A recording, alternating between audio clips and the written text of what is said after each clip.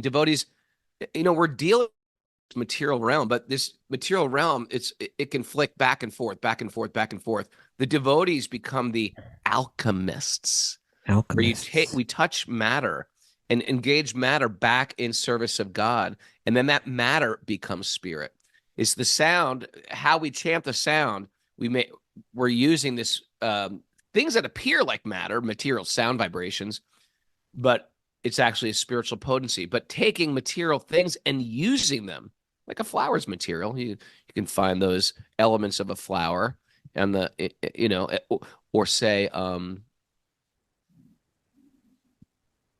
words, right? You can like again, we have like a Sports Illustrated swimsuit issue, and you could be that could bring lust in the heart. But then you have the Srimad Bhagavad Gita, which can make you uncover your deepest spiritual self and Hmm. liberate you from the body, mind, and senses.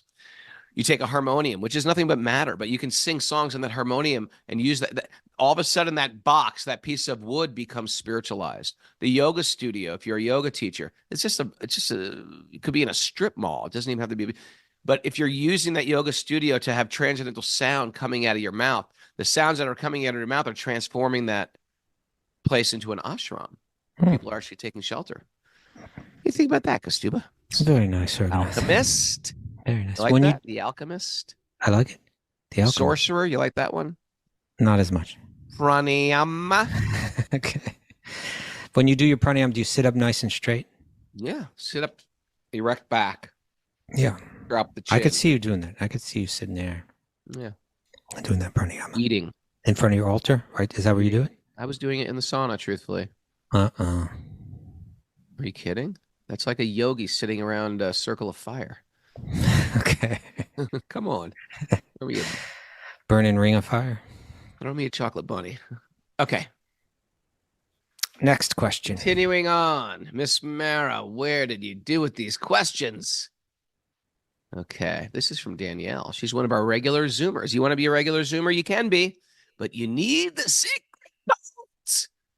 You got to email Mara, wisdom of the sages 108 at gmail.com. She'll send you the codes to enter our spiritual clubhouse every morning.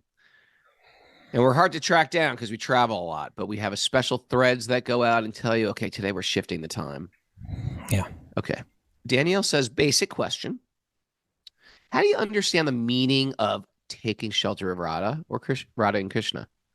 What does it mean to, quote, take shelter? And how does one take shelter? Also, what does serving Krishna look like in the spiritual world? These are great questions today. Great question. Let me jump into the first part of that quick. All right. Here's how you don't take shelter of Krishna. How about that? We'll start with the opposite.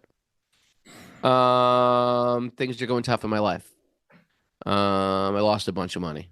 It looks like I'm getting audited. I owe back taxes. I lost a shoe while on a hike. Okay, so um, different things are going wrong. My child's run away from home.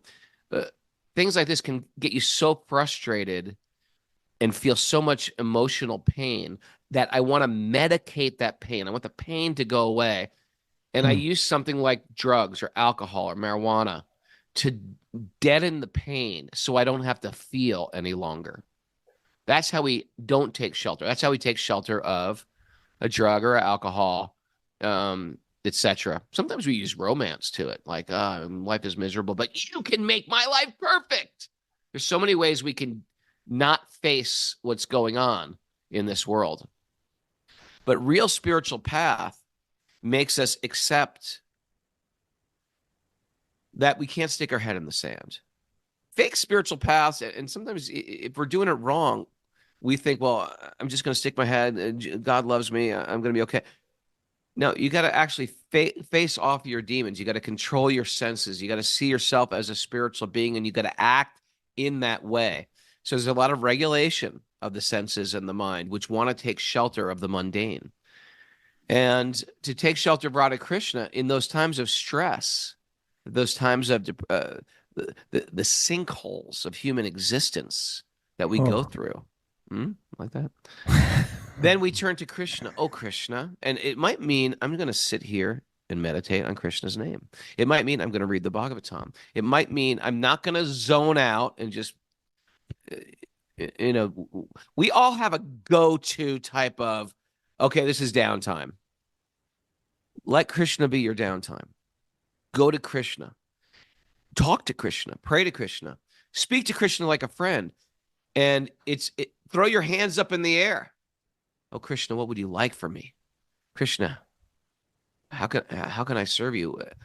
This is practical ways of taking shelter of Krishna. Throw This your morning we hands did up it in in the different air. ways. This morning we did it in different ways, From, we did a puja, which chanted prayers to Krishna, before the show started. I chanted japa. I So sat many ways. so many different ways. Even stuff you do to take care of your own body.